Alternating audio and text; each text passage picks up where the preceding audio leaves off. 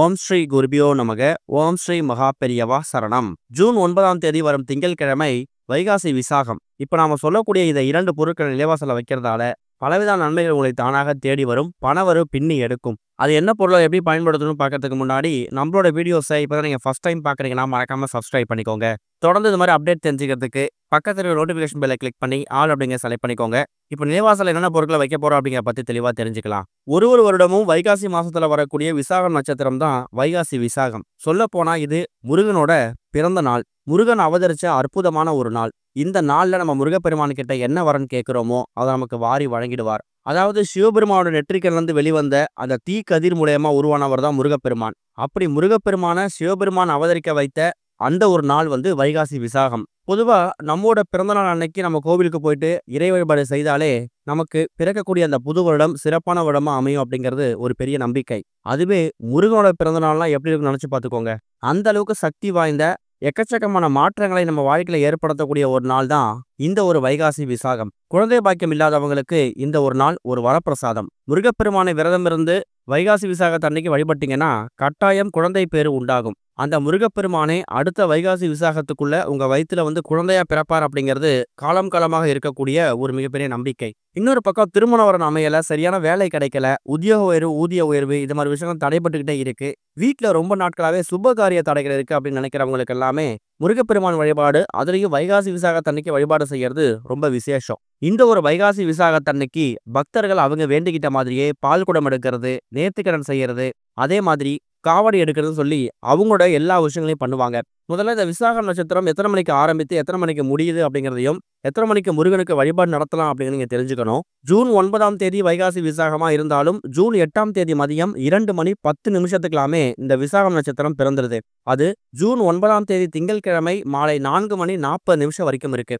இறை வழிபாடு நடத்துறதுக்கு, அதுலயும் குறிப்பா முருகனுக்கு வழிபாடு நடத்துறதுக்கு சரியான நேரம் எது அப்படின்னு கேட்டீங்கன்னா திங்கட்கிழமை அப்படிங்கிறதால 7:30 ராகு காலம், 10:12 யமகண்டம், மதியம் சரியா 12:15 மணிலேருந்து 1:15 இந்த 1 மணி நேரம் தான் வீட்டுல பூஜை போட்டு படையல் போட்டு வழிபாடு நடத்துறதுக்கான சரியான நேரம். அன்றைக்கு காலையிலே சீக்கிரமா எந்திரிச்சு உங்க பூஜை அறையை சுத்தம் பண்ணிடுங்க. குறிப்பா முருகப்பெருமான் போட்டோஸ்ல என்ன இருக்கோ அதை எல்லாத்தையும் கழுவி சுத்தப்படுத்தி பன்னீர் கலந்து சந்தனம் குழைத்து அதை நீங்க முருகப்பெருமானுக்கு பொட்டு வைக்கணும். மஞ்சள் குங்குமம் பொட்டு வைக்கிறத விட முருகப்பெருமானுக்கு சந்தன பொட்டு வச்சா அதை அவர் விரும்பி ஏத்துப்பாரு.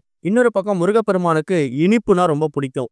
உங்களால முடிஞ்ச இனிப்பு வகைகளை வீட்டுல உங்க கையால தயார் செய்து முருகப்பெருமானுக்கு படையெல்லாம் சமர்ப்பிக்கலாம். இல்லையா, கடைகளில் விற்கக்கூடிய அந்த இனிப்பு பொருட்களை வாங்கிட்டு வந்து அதை முருகப்பெருமான் நைவேத்தியமா படைச்சிட்டு அதுக்கப்புறம் நீங்களும் உங்க அக்கம் பக்கத்து செய்தவர்களுக்கும் நீங்க இதை பிரசாதமா கொடுக்கலாம். முடிஞ்சா கோவிலுக்கு எடுத்துட்டு போயிட்டு இல்ல உங்க கையால பால் பாயாசம், கேசரி, சர்க்கரை பொங்கல் இது மாதிரி இனிப்பு பொருட்களை செஞ்சு அதை கோவிலுக்கு எடுத்துட்டு போயிட்டு படைச்சிட்டு அங்க வரக்கூடிய குழந்தைகளுக்கு கொடுக்கறதால பலவிதமான நன்மைகள் ஏற்படும். உங்க வீட்டுல யாராவது ஒரு நபருக்கு, இப்போ உதாரணத்துக்கு உங்க மகனுக்கோ மகளுக்கோ குழந்தை பாக்கியம் இல்லை அப்படின்னு நினைக்கிறீங்கன்னா அந்த குழந்தை பாக்கியம் இல்லாதவங்களை நீங்க கோவிலுக்கு உங்க கையால கூட்டு போயிட்டு அவங்க பேர்ல அர்ச்சனை பண்ணிட்டு முருகனோட திருப்பெயரை மந்திரங்களை உச்சரிக்க சொல்லுங்க. கோவிலே, அதாவது முருகன் சன்னதிலே உட்கார்ந்து தியானம் பண்ண சொல்லுங்க. முருகா, இந்த ஒரு வைகாசி விசாகத்தன்னைக்கு நீ பிறந்த மாதிரியே, நீ அவதரிச்ச மாதிரியே எங்க வயிற்றுல ஒரு குழந்தை உண்டாகணும்னு சொல்லி வேண்ட சொல்லுங்க. முடிஞ்சா குடும்பத்தில் கூட எல்லா நபர்கள் பெயர்லையும் அர்ச்சனையும் பண்ணலாம். இது எல்லாம் வைகாசி விசாகத்தன்னைக்கு நீங்க ரொம்ப எளிமையா வீட்டுல பண்ணக்கூடிய, கோவில்ல பண்ணக்கூடிய வழிபாட்டு முறைகள். இது போக சில தாந்திரிக முறைகள் அப்படிங்கிறது ரொம்ப இருக்கு. எந்த ஒரு விசேஷ நாள் எடுத்துக்கிட்டாலும் நம்ம வழிபாட்டு முறைகள், பரிகார முறைகள் பண்ணும்போது அதுக்கு கிடைக்கக்கூடிய பலன்கள் மற்ற நாட்களை பண்றதை விட கூடுதலா கிடைக்குமா. இப்போ நம்ம சொல்லக்கூடிய இந்த ஒரு பரிகார முறை நீங்க உங்க வீட்டில் இருக்கக்கூடிய எளிமையான பொருட்களை பயன்படுத்தி தயார் செய்ய போறீங்க.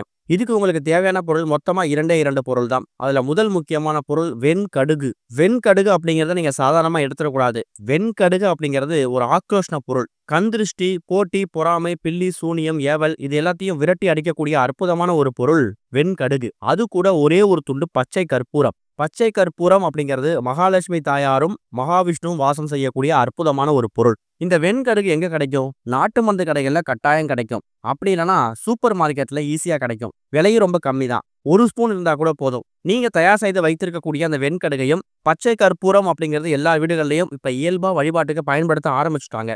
ஒரு வாரமும் வரக்கூடிய சனிக்கிழமையில சின்னதா ஒரு சொம்பு தண்ணீர்ல இல்ல டம்ளர் தண்ணீர்ல பச்சை கற்பூரத்தை நசுக்கி போட்டு 2 துளசி இலைகளை போட்டு நீங்க மகாவிஷ்ணுவை வழிபட்டீங்கன்னா கேட்கக்கூடிய வரன் வாரி வழங்குவார். அப்பேற்பட்ட அதிசக்தி வாய்ந்த ஒரு பொருள் தான் இந்த ஒரு பச்சை கற்பூரம். இந்த 2 பொருட்களை தயார் செஞ்சு வச்சுக்கோங்க. வீட்ல பூஜை அறையில எப்ப பூஜை பண்ண போறீங்க அப்படிங்கிறத நீங்க முடிவு பண்ணிக்கோங்க. மாலை 4 மணி 40 நிமிஷத்தோட உங்களுக்கு விசாகம் நட்சத்திரம் முடிஞ்சாலும், கோவிலுக்கு போறது வழிபாடு செய்யறதெல்லாம் நீங்க மாலை ஒரு 6, 7 மணிக்கு மேல செய்யலாம். இப்ப சொல்லக்கூடிய பரிகாரத்த முடிஞ்சா மாலை ஒரு 4:30 மணிக்குள்ள செய்யறதுக்கு தவறாதீங்க. பூஜையில விளக்கேத்தி வச்சுட்டு உங்க வழிபாட்டெல்லாம் முடிச்சிடுங்க. படையெல்லாம் போட்டுருங்க. அதுக்கப்புறம் சின்னதா ஒரே ஒரு கிண்ணமோ, இல்ல ஒரே ஒரு மண் அகல் விளக்கோ எடுத்து, அதுல இப்ப நீங்க வீடியோல பார்க்குற மாதிரி அந்த மண் அகல் விளக்கு நிரம்புற அளவுக்கு வெண்கடுக கொட்டி வச்சுக்கணும். அதுக்கு மேல ஒரே ஒரு பச்சை கற்பூரம். இந்த 2 பொருட்களும் சேரக்கூடிய இந்த ஒரு அமைப்பு இருக்குல்ல, இதோட சக்தி பன்மடங்கு இருக்கும். அந்த வெண்கடுகு வைக்கக்கூடிய அந்த நேரத்துல முருகப்பெருமான மனசார பிரார்த்தனை பண்ணிக்கிட்டு, அடுத்து மகாவிஷ்ணுவையும் மகாலட்சுமி தாயாரையும் மனசார வேண்டிக்கிட்டு, இந்த ஒட்டுமொத்த அமைப்பையும் வீட்டோட பூஜை அறையில விளக்குகள் எரியக்கூடிய அந்த நேரத்துல ஒரு 1/2 மணி நேரத்துல 1 மணி நேரம் வரைக்கும் அப்படியே வச்சிடுங்க. அதுக்கப்புறம் உங்க அன்றாட வேலை பார்க்கலாம். பூஜை அறையில ஒரு 1/2 மணி நேரம் வச்சதுக்கு அப்புறமா மறுபடியும் அதை எடுத்துட்டு போயிட்டு உங்க வீட்டோட நிலைவாசல் பகுதியில வைக்கணும். நிலைவாசல் பகுதி அப்படிங்கிறது எங்க வைக்கணும்? இப்ப உதாரணத்துக்கு வீட்ல தினமும் காமாட்சி அம்மனுக்கெல்லாம் ஏத்துவீங்கல்ல நிலைவாசல்ல. நிலைவாசல்ல விளக்கு ஏற்றக்கூடிய இடம் இருக்கு இல்லையா? அந்த விளக்குக்கு பக்கத்துல இல்ல அந்த விளக்கு ஏற்றக்கூடிய இடத்துல கூட நீங்க இந்த அமைப்பு கொண்டு போய் வச்சிடலாம். குறைஞ்சது ஒரு 1/2 மணி நேரத்துல 1 மணி நேரம் வரைக்கும் இந்த அமைப்பு அங்க இருந்தாலே போதும். ஆனா நீங்க தயார் செய்து நிலைவாசல்ல வைக்கிறத 4 மணி 40 நிமிஷத்துக்குள்ள முடிச்சிடணும். அதை ஞாபகத்துல வச்சுக்கோங்க.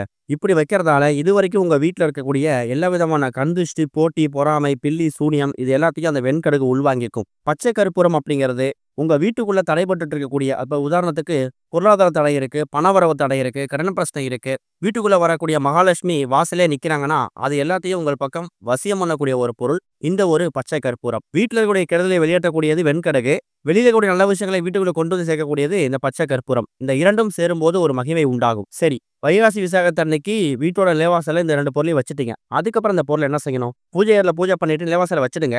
அதுக்கப்புறம் உங்க அன்றாட வேலை பார்க்கலாம். இரவு தூங்க போறதுக்கு முன்னாடி அந்த 2 அமைப்பையும் எடுத்து பூஜை அறையில வச்சுட்டு நீங்க தூங்க போயிடுங்க. மறுநாள் செவ்வாய்க்கிழமை என்ன பண்ணுங்கன்னா, அந்த பச்சை கற்பூரத்தை மட்டும் எடுத்து சின்னதா ஒரு டப்பால ஒரு கண்டெய்னர் பாக்ஸ்ல ஒரு ₹10 நோட்டை போட்டு, அந்த ₹10 நோட்டு கூட இந்த பச்சை கற்பூரத்தை சேர்த்து வச்சுடுங்க. இதை நீங்க பூஜை அறையிலே வச்சுக்கலாம். அந்த வெண்கடுக மட்டும் செவ்வாய்க்கிழமைகள்ல, வெள்ளிக்கிழமைகள்ல தூபம் போடும்போது, அதாவது சாம்பிராணி தூபம் போடும்போது அந்த வெண்கடுக அந்த தூபத்துல தூவி விட்டுருங்க. அப்ப போட்டி பொறாமை எல்லாம் எரிந்து சாம்பல் ஆகும், பொடி பொடியா ஆகும். அப்ப அந்த வெண்கடுகு பொரியக்கூடிய அந்த நேரத்துல ஒரு சத்தம் ஏற்படும். அந்த அளவுக்கு கண் திருஷ்டி, போட்டி, பொறாமை எல்லாத்தையும் அந்த வெண்கடுகு உள்வாங்கி அது எல்லாத்தையும் தவிடு பொடி ஆக்கிடும். எந்த ஒரு விஷயம் உங்க குடும்பத்துக்குள்ள இது வரைக்கும் தடையா இருந்துட்டு இருந்துச்சோ அந்த விஷயம் எல்லாத்துக்கும் நிவர்த்தி கிடைக்கும். தெரிஞ்சோ தெரியாமலோ உங்களை சுற்றி போட்டி பொறாமைகள் இருந்திருக்கலாம். அது எல்லாமே இனிமே உங்க பக்கத்திலே நெருங்காது. அந்த பச்சை கற்பூரம் மூலியமா பலவிதமான பொருளாதார மாற்றங்கள் உங்க குடும்பத்துல ஏற்படும். வைகாசி விசாகத்தன்னைக்கு முருகப்பெருமானுக்கு உகந்த இந்த ஒரு நாள்ல இந்த ஒரு பரிகாரத்தை செய்யறதால கெடுதல்கள் நீங்கி நல்லதை பெற்று வளமான வாழ்க்கையை வாழ முடியும். கூடுமான அளவுக்கு அன்றைய தினம் தான தர்மங்கள் பண்றதுக்கும் மறக்காதீங்க. குடை, செருப்பு, வஸ்திரம், தண்ணீர், அன்னம்னு சொல்லி உங்களால என்னென்ன பொருட்களை தானமா கொடுக்க முடியுமோ அந்த பொருட்கள் தானமா கொடுங்க.